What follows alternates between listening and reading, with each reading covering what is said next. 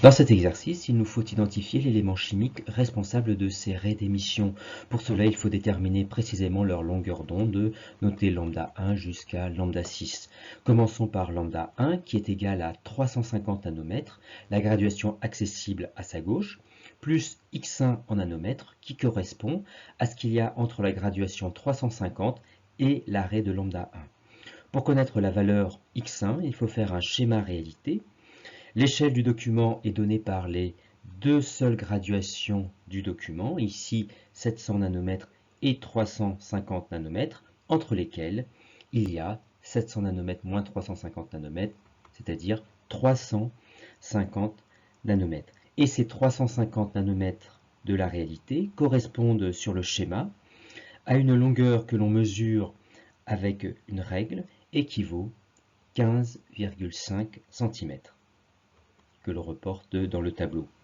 X1 correspondant à une longueur sur le schéma de 1,9 cm. On fait le produit en croix permettant de calculer X1, soit 1,9 fois 350 divisé par 15,5, c'est-à-dire X1 égale 43 nanomètres, que l'on rajoute aux 350 nanomètres, ce qui fait lambda 1 égale 393 nanomètres. De la même façon, lambda 2 est égal à 350 nanomètres plus x2, c'est-à-dire ce qu'il y a entre la graduation 350 et lambda 2. Ici, x2 correspond à 2,1 cm sur le schéma, mesuré à la règle. Le produit en croix nous donne x2 égale 47 nanomètres, soit lambda 2 égale 350 plus 47, c'est-à-dire 397 nanomètres. De la même manière, lambda 3 est égal à 350 nanomètres plus x3, c'est-à-dire ce qu'il y a entre la graduation 350 et l'arrêt de lambda 3. Ici, x3 correspond sur le schéma à 2,7 cm. Le produit en croix nous donne x3 égale 61 nanomètres. À chaque fois, le produit en croix est réalisé avec la première ligne de l'échelle. Et donc finalement, lambda 3 égale 350 plus 61, c'est-à-dire 411 nanomètres. De la même manière pour lambda 4, qui est égal à 350 nanomètres plus x4, c'est-à-dire ce qu'il y a entre 350 et l'arrêt de lambda 4. Ici, x4 correspond à une longueur sur le schéma de 3,9 cm.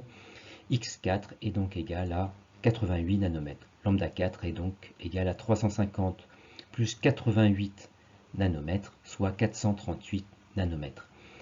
Lambda 5 est égal à 350 plus x5, c'est-à-dire ce qu'il y a entre 350 et l'arrêt de lambda 5. Ici, x5 correspond à 6,3 cm sur le schéma.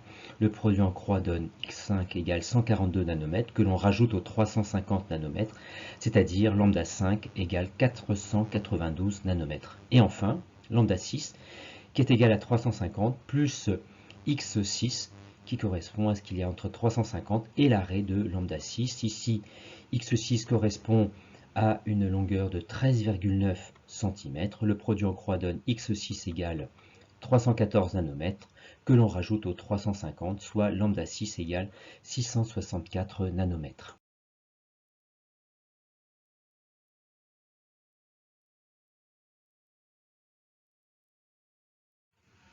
On remarque que 5 des 6 raies d'émission qui apparaissent sur ce spectre sont très proches des raies d'émission de l'hydrogène. Ces raies d'émission sont donc dues à l'élément chimique hydrogène. On s'intéresse dans cet exercice au signal sonore correspondant au son émis par un instrument de musique. Le son a été produit par des vibrations. Le signal est dit périodique car il consiste en la répétition d'un même motif élémentaire.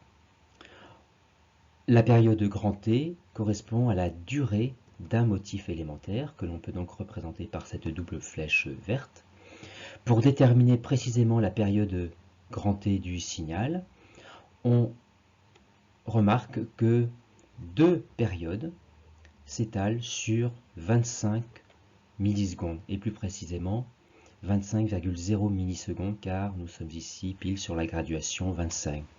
Donc 2t égale 25,0 millisecondes. On en déduit grand T égale 25,0 millisecondes divisé par 2, c'est-à-dire 12,5 millisecondes.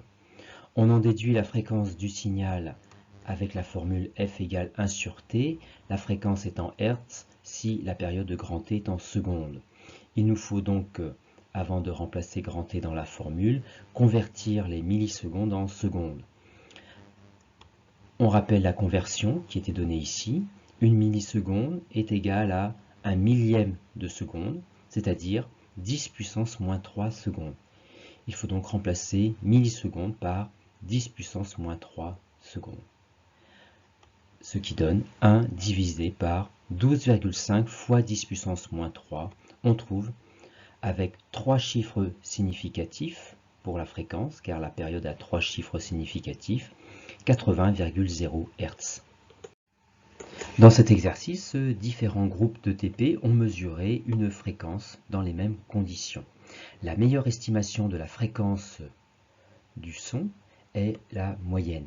Pour déterminer la moyenne, on peut utiliser le mode statistique de la calculatrice. Il suffit de rentrer toutes les valeurs de fréquence. Ensuite, aller dans le menu statistique et lire tout simplement la valeur de la moyenne calculée.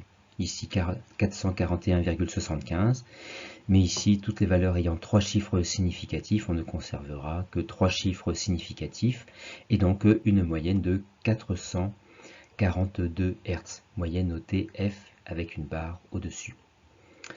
À cette valeur est associée une incertitude type notée U de F. Pour calculer U de F, nous avons besoin de l'écart type échantillon que l'on trouve en déroulant le menu statistique. Un écart type échantillon qui est noté SX équivaut ici environ 5,39. Et l'incertitude type U de F est égale à cet écart type échantillon divisé par racine de n, où n est le nombre de mesures effectuées, c'est-à-dire ici 8, ce qui donne U de F égale 5,39 sur racine de 8 est égal à, en ne conservant toujours qu'un seul chiffre significatif, soit environ 2 Hz.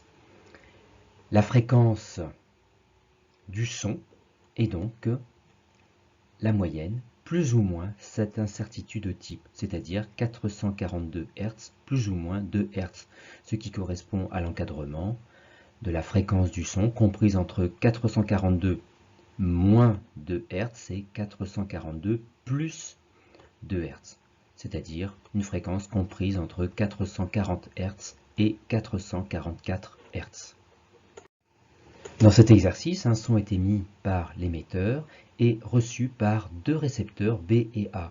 A étant placé derrière le récepteur B par rapport à l'émetteur, A va donc recevoir le signal sonore en retard, c'est-à-dire avec un certain décalage taux que l'on observe sur l'écran de l'oscilloscope. Un décalage ici qui vaut 435 microsecondes lorsque la distance de recul du récepteur A par rapport au récepteur B est égale à 150 mm. C'est-à-dire que le son parcourt une distance de 150 mm pendant une durée de 435 microsecondes. On peut donc en déduire la vitesse du son grâce à la formule D sur taux.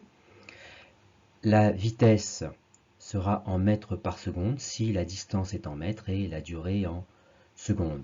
Il nous faut donc convertir les millimètres et les microsecondes respectivement en mètres et en secondes. Grâce aux aides aux conversions qui étaient données ici, 1 mm égale 10 moins 3 mètres et 1 microseconde qui est égale à 1 millionième de seconde est égale à 10 moins 6 secondes. L'application numérique est donc 150 fois 10 puissance moins 3 pour la conversion en mètres, divisé par 435 fois 10 puissance moins 6 pour la conversion en secondes, ce qui donne une valeur de 344, des décimales données par la calculatrice. Or, les deux données n'ayant que 3 chiffres significatifs, le résultat ne doit conserver que 3 chiffres significatifs, les 3 premiers, c'est-à-dire 3, 4 et 4, mais comme on coupe un 8, on arrondit le dernier 4 à 5, c'est-à-dire une vitesse de 345 mètres par seconde.